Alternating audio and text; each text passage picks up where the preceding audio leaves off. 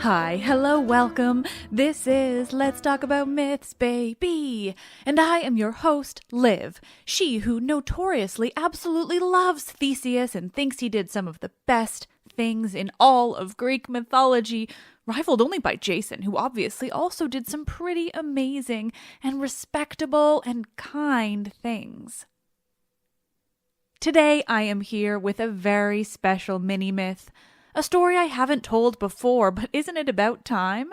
It's time for the little-known story of Theseus. Amongst all the other great and heroic deeds he committed, the time he and his herd of Pegasi defeated the Kraken itself.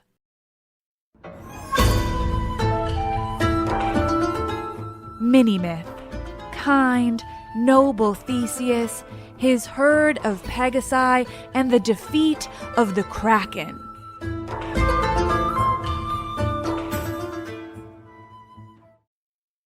One of the least known stories of the island of Santorini begins with our favorite hero, Theseus. In the midst of one of his most heroic deeds, Theseus found himself on the island of Santorini. Of course, the island of Santorini was absolutely called Santorini and was built up with the stunning white and blue architecture that it's so famous for. In one of his token good moods, Theseus sought out to help some of the kind people of Santorini. He was feeling particularly loving and friendly that day, just looking to do some good. The people of Santorini were being terrorized by one of the most famous monsters of Greek mythology, famous absolutely for living in the Mediterranean and tormenting Greek sailors, definitely Greek. The people of Santorini, Greece, were being terrorized by the infamous Kraken. Such a monstrous beast that was definitely Greek. But how would kind and noble Theseus defeat the Kraken of Greek mythology? He was too nice to come up with an idea himself, not at all used to having to kill people or monsters. Fortunately, the people of Santorini had an idea. You see, there happened to be a species of mythical animals that were native to the island that would be perfect aids for Theseus in his fight against the Greek Kraken. He was directed to a particular spot on the island, a very flat plain of land on the island of Santorini, where a herd of Pegasi was known to graze. Because this herd of Pegasi, that is, flying horses whose breed was called Pegasus, were born on that very island. It's said they were born from the loving union between Perseus and Poseidon, a hero and god known for their beautiful relationship. On this very flat field on the ancient island named Santorini, kind and noble Theseus met this herd of Pegasi. They would be the perfect companion for his fight against the Greek sea monster, the Kraken. How very lucky that the ancient Greek people of Santorini knew about this herd of Pegasi. So Theseus leapt atop the back of one of these Pegasi, I don't think they had names of their own, and off he flew, with the rest of the herd flying after him. Off they flew to defeat the Greek Kraken. And that's precisely what good, noble, heroic Theseus did. He, riding atop the unnamed Pegasus horse with the rest of the Pegasi herd flying valiantly behind them, reached the Greek sea monster, the Kraken, and together they defeated the monster, freeing the ancient Greek island of Santorini from its horrible grasp. And that, my dear listeners, was just one of the beautiful and kind actions done in the lifetime of this, the greatest, kindest, and definitely most respectful to women, Theseus.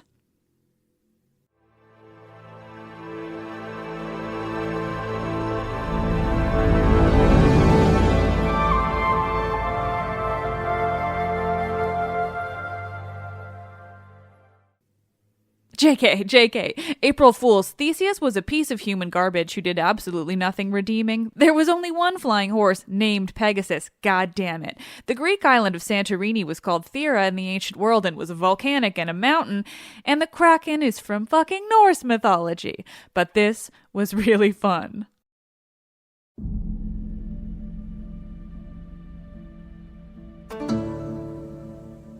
Echidna was the mother of Chimera, who breathed raging fire, a creature fearful, great, swift-footed, and strong, who had 3 heads, one of a grim-eyed lion, in her hinder part a draken, and in her middle a goat, breathing forth a fearful blast of blazing fire. Her did Pegasus and noble Bellerophontes slay.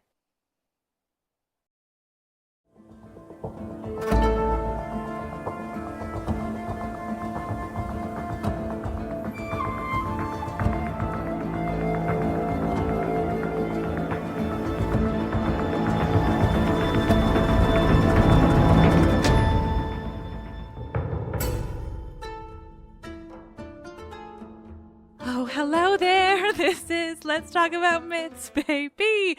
And I am your host, she who loves the Chimera more than any other Greek monster because fire-breathing goat head live.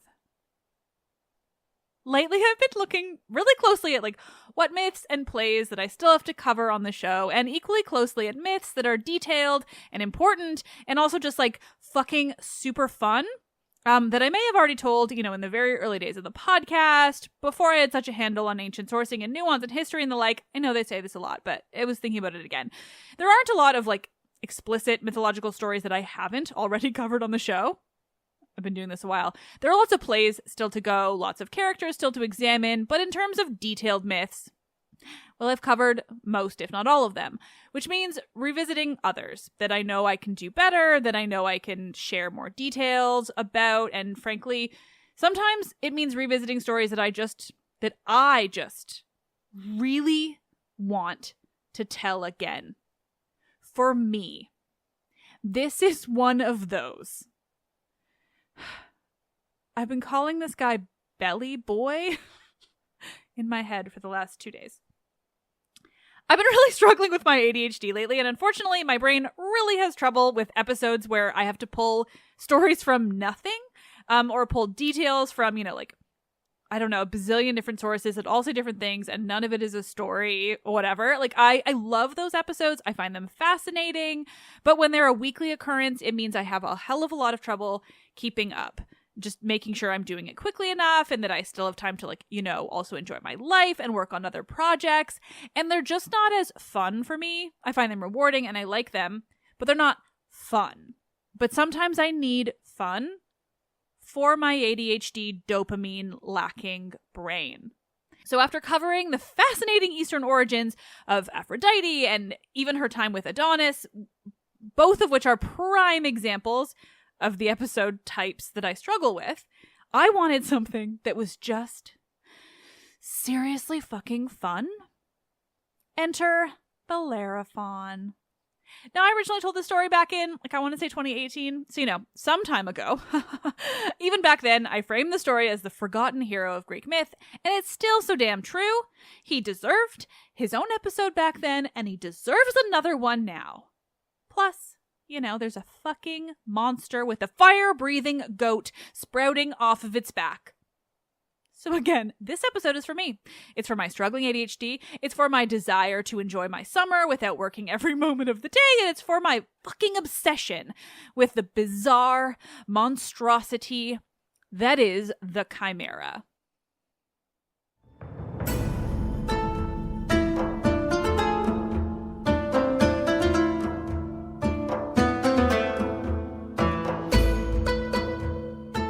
This is episode 221. All I really want is to talk about the fire-breathing goat. Bellerophon, Pegasus, and the Chimera.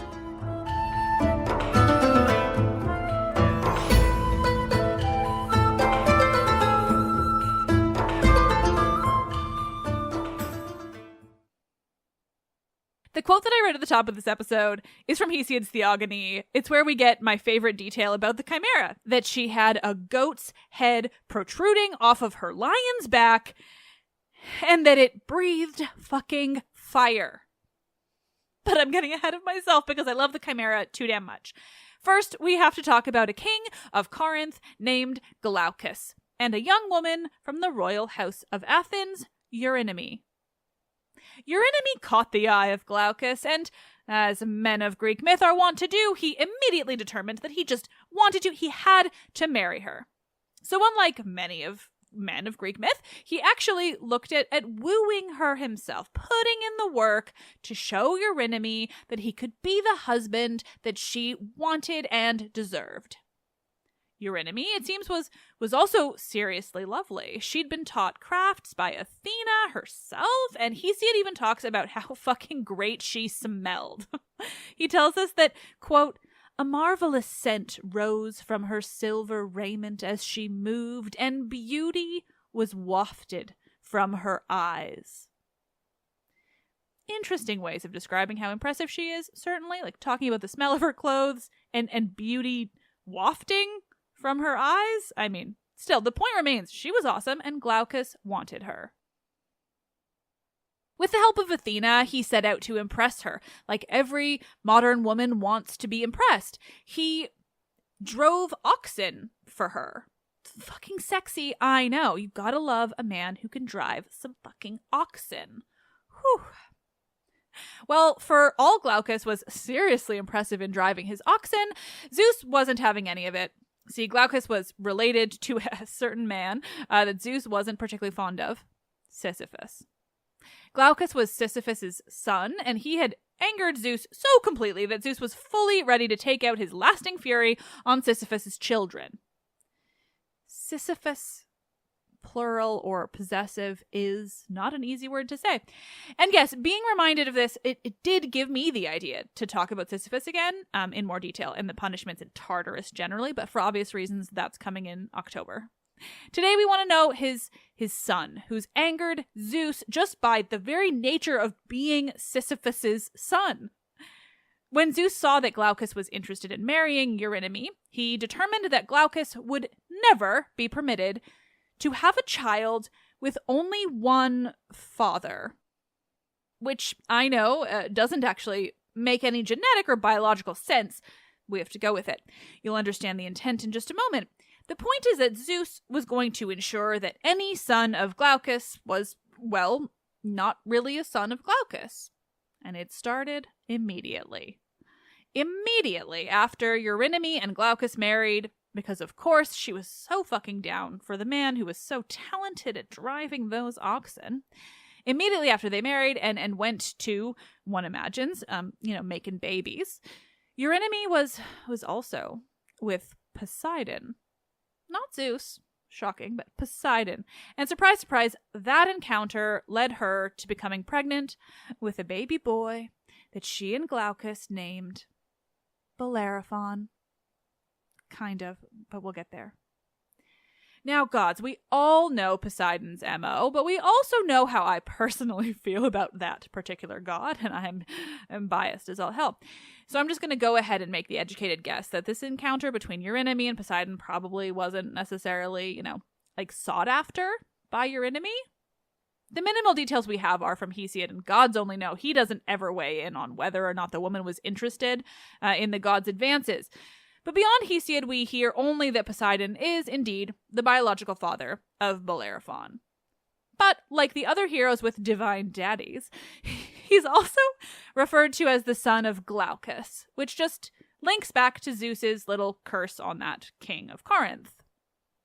Regardless of what we are to understand about his origins, Bellerophon has been born to Eurynome, and this makes him a prince of Corinth. As to his name, some sources will tell you that the name Bellerophon actually means slayer of Belleros. And this has often been interpreted to mean that, he killed somebody named Belleros and took the name from there, having had another name that he was born with. That's not impossible, but you see, the name apparently could also be derived from something more like wielder of missiles. which fits just as well, if not better, because, spoilies, he's going to wield a missile. My boy Bellerophon is most famous for killing the Chimera, off in Lycia, modern Turkey, Anatolia. But how he got to that point in his life is debated. Some say he killed a man and was sent off in punishment, that man was even his brother or, named Belleros. Others have a whole different story, and the other in question here is Homer. So gods know we're going to go with his version for the storytelling of it all. And in Homer, he doesn't kill anyone. There's just this moment in the Iliad where Bellerophon's grandson, a king of Lycia named for his ancestor, Glaucus, he's there to help the Trojans, and he's telling Diomedes, the Greek, the story of his grandfather, Bellerophon. And yes, all of this story appears to happen mid-battle, because of course it does. This is a Trojan, or on the Trojan side, talking to, on the Greek side, but about, his family history. Glaucus tells Diomedes, in between stabbing at him with a spear, maybe, one can only imagine, that Bellerophon was born blameless, that his greatness was without question, that the gods granted him, quote, beauty and desirable manhood. I take this to mean that he was a sexy, sexy man. Only a sexy hero could defeat the Chimera. But before that, he's got some shit to go through. You see, in Homer's version, Bellerophon was living alongside a man named Pegasus, and that man had a wife named Antea. Or maybe she was named Sthenebia? We'll call her Antea for the sake of simplicity. And again, there are other takes on the why that Bellerophon was with these people. Sometimes it's said that, again, he accidentally murdered someone, and that's why he ended up with Pegasus and Antea. That he'd fled there for purification, the typical mythological response to murder, just going somewhere else and having them tell you that it's okay. I mean, fine, there is a bit more to it, but that is the gist. And maybe, the person he accidentally killed was even his brother, like I said, or, a guy named Belleros. But everyone's got a different reason for why Bellerophon was there. But the point is that he was. And, well, Antea, it seems, took a liking to Bellerophon. Because, again, he was sexy as shit. The gods made it so. But he was also so-called blameless. And so when Antea came on to him, he wasn't interested. She was married. He was virtuous. It was a big no-no for Bellerophon. But Antea, well, she didn't like to be rejected like that. She's got some Phaedra and Hippolytus vibes here. Ugh. And we're told that she went to her husband and told him that Bellerophon had raped her, that he should kill the man for what he'd done. Now, for obvious reasons, I truly loathe stories with false rape accusations. This is myth, though, and for all I like to make assumptions about the actions of Poseidon, it seems only fair to also float the idea that maybe, at least according to some people who heard or told this story, maybe it wasn't a false accusation.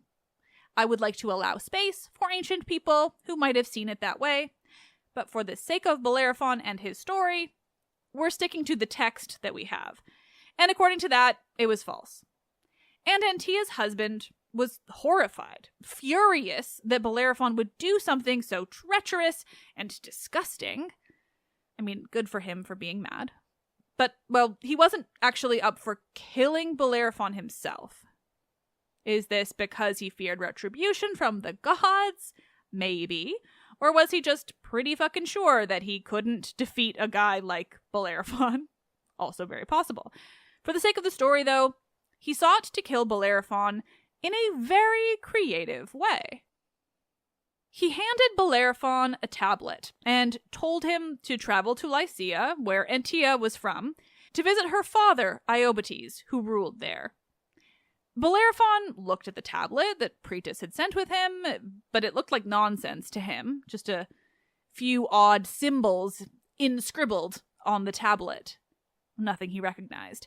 So he thought nothing of it. He travels with a small convoy, and with the help of the gods, he gets to Lycia, where he was welcomed by the lord there, Antea's father, Iobates. The man showed him true hospitality. Xenia everywhere. That sacred Hellenic rite of the guest-host relationship. It was a warm welcome. They feasted for 9 days, celebrated every evening. It sounded awesome. Fun times with lots of food, music. Just a great time all around. After those 9 days had passed, though, as this translation by Lattimore explains, quote, when the rose fingers of the 10th dawn showed. I just love dawn and every way they phrase it. The man hosting Bellerophon, this king, Iobates, finally opened the visit up to questions. He asked Bellerophon if his son-in-law, Pretis, had sent him with anything, any news or a message, for him. Of course, Bellerophon realized when he was asked. It's funny you say so. I happen to have a nice bit of tablet with some nonsense inscribbled upon it. And with that, he just handed Iobates the tablet. And, well, as you might have guessed, there were more than just inscribbles on this tablet. There were symbols that were nonsense to Bellerophon, but to Pretis' father-in-law, they were very clear. A request to kill, or have killed, Bellerophon. Dun dun dun.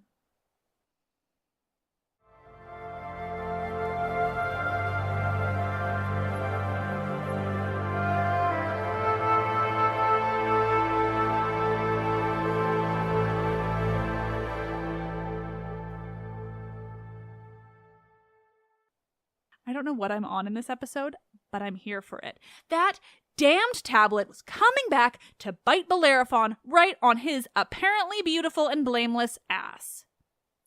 Iobates has received the tablet from Bellerophon with those God's damned inscribbled symbols that told him that Pretis, his son-in-law, what he wants. For Bellerophon not to return to Corinth. He wants Bellerophon dead. But just like his son-in-law, Iobates seems not willing to try to kill Bellerophon himself. This is a running theme with heroes, of course, and certainly a running theme with Bellerophon. We're not finished with it. The men who wish them dead aren't willing to try to do the job themselves. They all know they'd fail. So Iobates goes about attempting to have Bellerophon killed in the now oh-so-familiar way. Just like Polydectes sent Perseus to kill the Gorgon Medusa in an attempt to kill him off, just like Eurystheus had Heracles go off and complete his 12 labors in, 12 attempts to have the hero killed, Iobates sends Bellerophon off on a quest to kill the local monster, the resident child of Echidna, the Chimera. Which means it's now my time to shine. As if the rest of this episode hasn't been.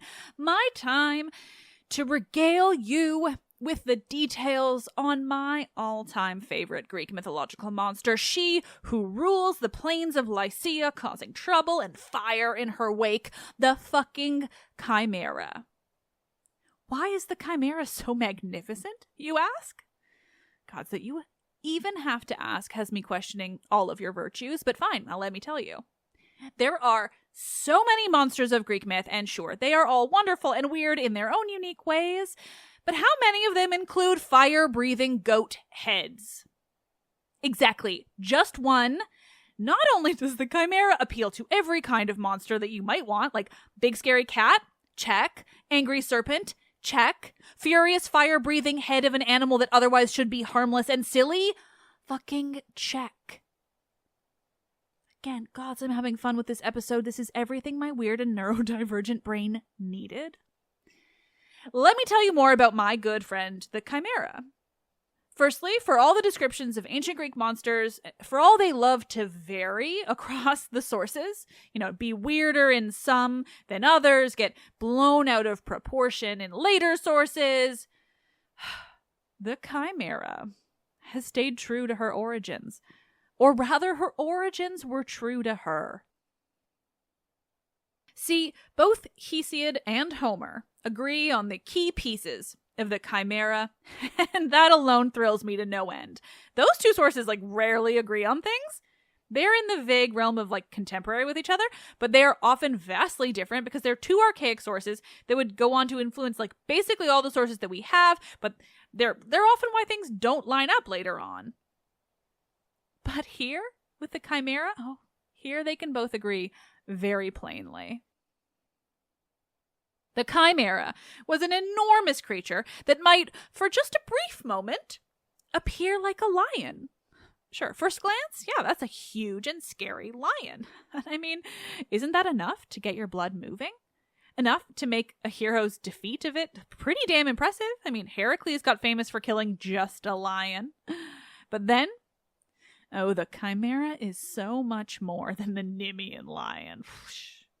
You think you're looking at a terrifying lion, and then gods, what's that thing on its tail? The lion's tail swishes into view, and you think, fuck, is that a snake eating its tail maybe? Or just a snake just hanging out with a lion, unlikely friends?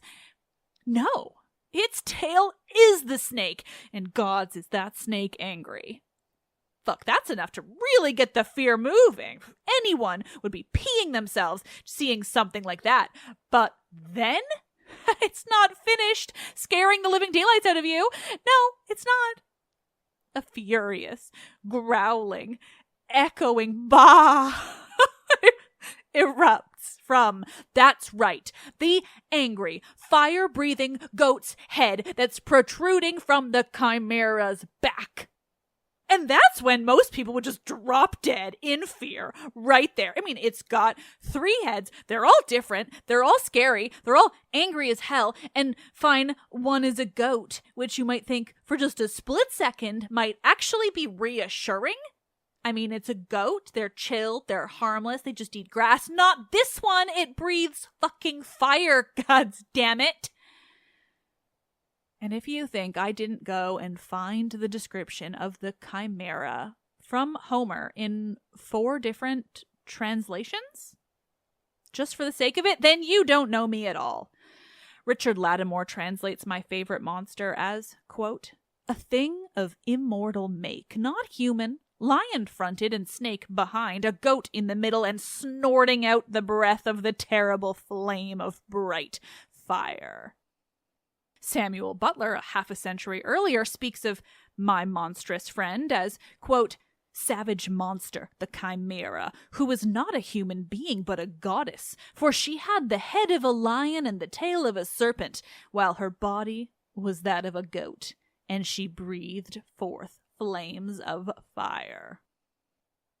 And then around the same time, the poet Alexander Pope translated it in rhyming verse as, quote, a mingled monster of no mortal kind. Behind, a dragon's fiery tail was spread. A goat's rough body bore a lion's head. Her pitchy nostrils flaky flames expire. Her gaping throat emits infernal fire. And finally, in the most recent translation that I've got, Caroline Alexander goes with this beautiful translation of the beautiful beast. Quote, the invincible Chimera, a thing of divine origin, not of men, a lion in front, its hind part a serpent, and its middle a goat, breathing forth a fearsome, raging blaze of fire. But for all that Hesiod and Homer agree on the most important aspects of the story, that the Chimera had a fire-breathing goat's head on her back, they do not agree on the second most important creature in Bellerophon's story, Pegasus.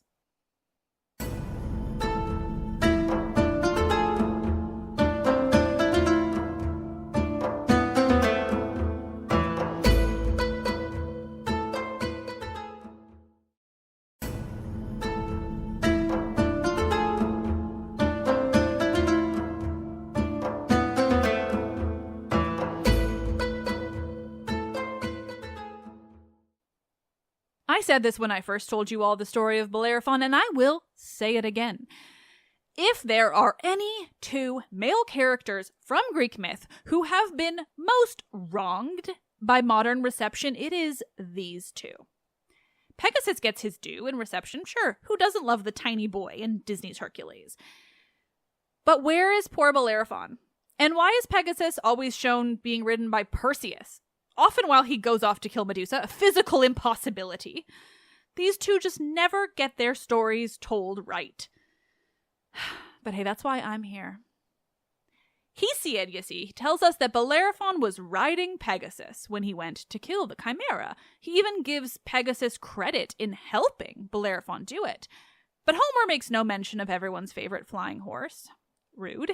Instead, we have to turn to the poet Pindar for the story of how Bellerophon came to ride Pegasus, that child of Poseidon and Medusa, born only when Medusa's head was severed from her body. Pindar tells us that Bellerophon just kind of stumbled upon Pegasus one day. While there are other flying horses in Greek myth, because remember, and this is important, and it's a hill I will die on, Pegasus is his name. It does not refer to more than one flying horse. It is not a breed, one that cannot have multiple Pegasi, despite what countless pop culture references of today might lead you to believe. It's one nice horse with wings. His name is Pegasus. So we're flashing back to before Bellerophon ever went to Lycia and met up with Iobates, and he's wandering Corinth. He's at the spring of Pyrene, and there he sees this particularly impressive flying horse, the only flying horse who really even could be tamed, because the others are very explicitly just used to pull divine chariots. That's what makes Pegasus so special. Bellerophon was immediately obsessed with the idea of saddling up this beautiful boy that is Pegasus. But, well, Pegasus had other plans. He's not one to be tamed. He's the son of fucking Medusa, after all. And the bonus is that does make him and Bellerophon half-brothers. Fucking adorable. So Bellerophon is lusting after Pegasus in a distinctly non-sexual way, but he can't figure out how to handle such an incredible creature. Enter Athena. Athena has a real thing for helping heroes, we all know that. So when she learns that Bellerophon is after Pegasus and having trouble with it, she's there to help. She brings Bellerophon a bridle and apparently a golden headband and tells him that he needs to offer Daddy Poseidon the sacrifice of a snow-white bull and show him the bridle that she's just given him.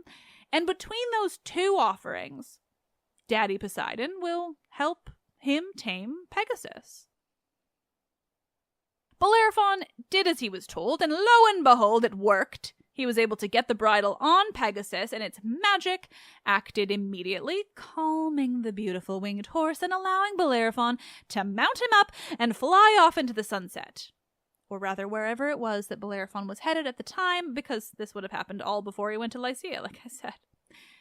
And thus, with the origins of his friendship with Pegasus out of the way, we return to Bellerophon's new quest in the east. Defeat the Chimera or die trying. Now, exactly how Bellerophon went about killing the Chimera is not well detailed. Frankly, it infuriates and saddens me how little we know about my goat-headed friend's actual behavior, let alone her death. Instead, we have lines from Homer that say, quote, "He killed the Chimera, obeying the portents of the immortals."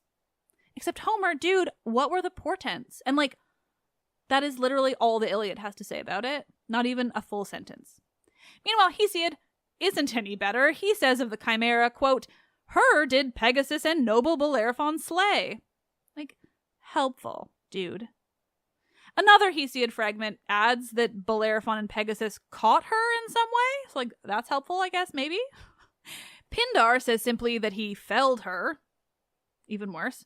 But fortunately, for once, we actually get to say that it's Pseudo-Apollodorus who gives us the most detailed account of Bellerophon's defeat of the Chimera. And, well, that really says more about the other sources than it does Apollodorus. It's here we learn that when Iobates asked Bellerophon to kill the Chimera, to rid his lands of the creature's violence and bloodshed and fiery goat breath, Bellerophon mounted his boy Pegasus, and off they flew in search of she who breathes fire out of her goat head. He and Pegasus flew off into Lycia until they spotted our girl, a chimera. I can only imagine she wasn't hard to spot, what with that fire and devastation that she'd leave in her wake. Not to mention, well, an enormous lion with a snake tail and a goat's head sprouting off its back. Just breathing fire like nobody's business would certainly catch one's eye, even from on high. And when they found her, Bellerophon used Pegasus to his advantage. They flew over her, managing to avoid the fire, breathing forth from the goat with an angry bah. I'm sorry. Using that strategy, it wasn't all that hard to finally do it, to defeat and kill my precious chimera. Apollodorus says that Bellerophon, using his bow and arrows from the back of Pegasus, takes her out. Though we have few to no details on the how of it all, Bellerophon and Pegasus do indeed defeat the magnificent chimera. I'm trying not to be too sad about that fact. I recognize she was a hint dangerous to the locals. Whatever. Regardless, they do defeat her. They kill her. Whether he uses a bow and arrow or a spear from above, it's done. And that defeat might be the very missile which could define his name, like I said earlier. And yet, where Bellerophon's life takes him after the defeat of the Chimera isn't clear at all. I don't know why I said "and yet." This whole thing isn't clear, and yet I love it anyway. Many sources say that either before or after this defeat, he goes on to battle the Amazons, or slaughters them, is the term that Homer uses, which, a little less ideal, because we do love the Amazons. And then he battles a group called the Solymi, a group of Lycian people that I can't find much information on. But at least as Homer saw it, when Bellerophon returned to Iobates, having defeated the Chimera, just as he'd asked, Iobates tried once again to have Bellerophon handled. He called upon all the best warriors of his kingdom and used them to lay a trap for Bellerophon, who just, killed them all, and that's all we know. And again, we have Bellerophon being called blameless, which I just find to be really specific and odd and kind of inaccurate. I mean, he's killing a lot of people. When Bellerophon so easily defeats the men and once more manages to avoid the death that Iobates has intended, well, that seems to convince Iobates to give up his mission to kill Bellerophon, and not only that, but he sees Bellerophon as so fucking impressive, so fucking divine, that he gives him his own daughter to marry, and then hands over half of his kingdom. Totally normal behavior, for sure.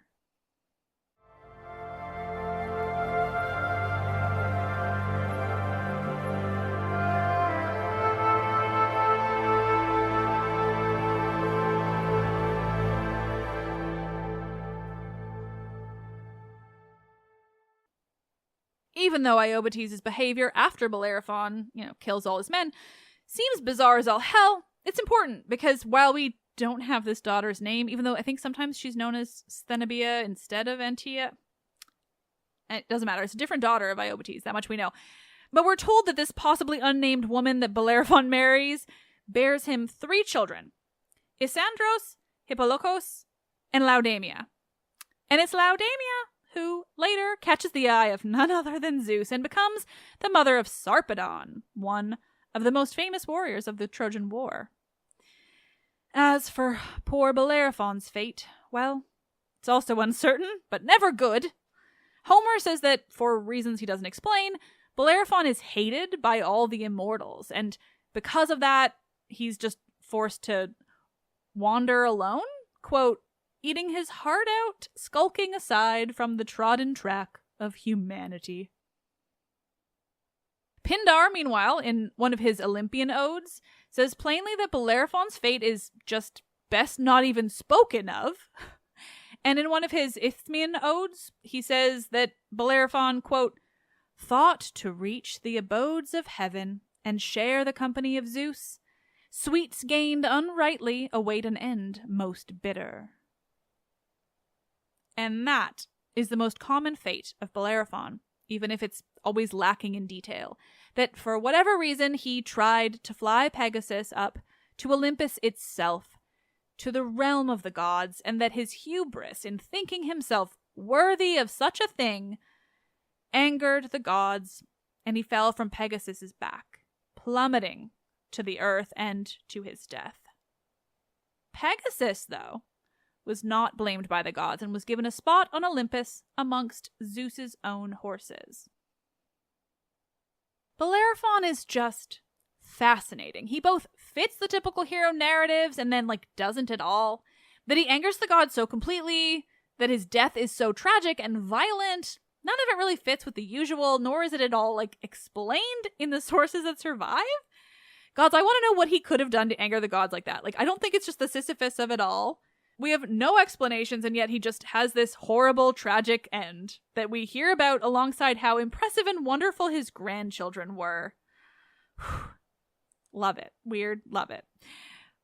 But we're not going to end on Bellerophon's tragic fate, his tragic fall from Olympus, because, gods, did I find something so much more fun to finish off this episode with.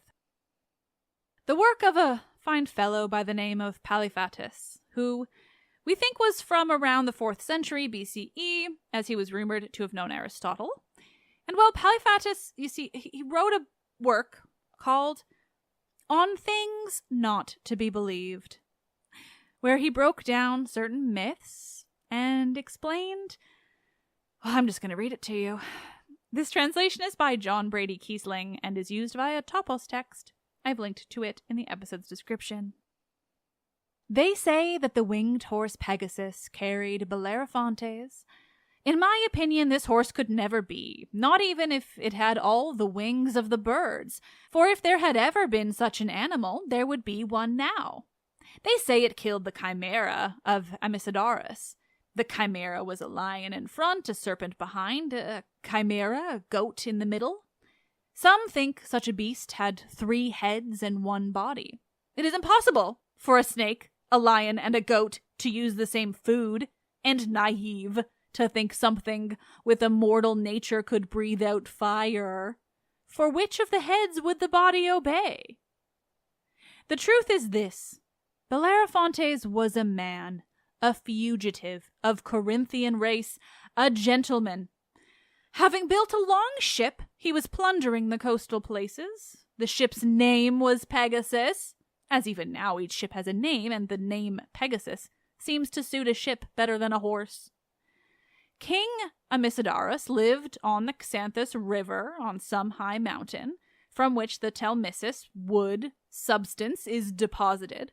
To this mountain there are 2 means of access, the one in front, from the city of the Xanthians, the other behind, from Caria. Elsewhere the cliffs are high, and in the middle there is a great opening in the earth from which fire emerges. The name of this mountain is Chimera. Then there was, as the locals say, a lion living by the front access and a serpent by the rear. They used to injure the woodcutters and herders. Then Bellerophontes came and set fire to the mountain, and the telmissus burned up, and the beasts were destroyed. The locals used to say, Bellerophontes came with the Pegasus and destroyed the Chimera of Amisadorus. From this occurrence, the myth was fabricated. So yeah, that's an ancient source breaking down all the reasons why the myth of Bellerophon, Pegasus, and the Chimera isn't actually real and what it actually was, according to this guy. Which, there is a lot of Chimera-related stuff in Turkey and, these weird geological things that I actually talked about in an episode on monsters with Jasmine Elmer. If you want to listen to it, fucking incredible. Something about reading that kind of thing, from the ancient world, how he breaks it all down in such detail and gives such wonderful possible explanations for the story. Like Pegasus sounds more like a ship, if you ask me. It's just the most joyful thing in the world. Obviously, I'm going to add this guy to my go-to sourcing and share more of these denials because there are so many. Chimera.